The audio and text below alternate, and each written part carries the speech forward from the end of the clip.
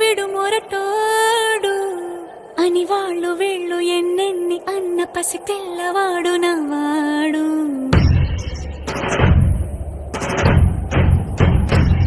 విడు ముండోడు అని ఊరు వాడ అనుకున్న గాని మహారాజు నాకు నవ్వాడు.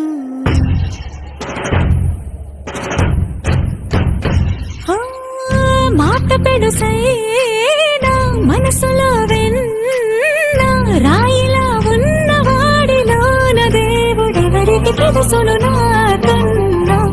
సూసేకి అగ్గిరవ్వ మాదిరి ఉంటాడే నా సవే.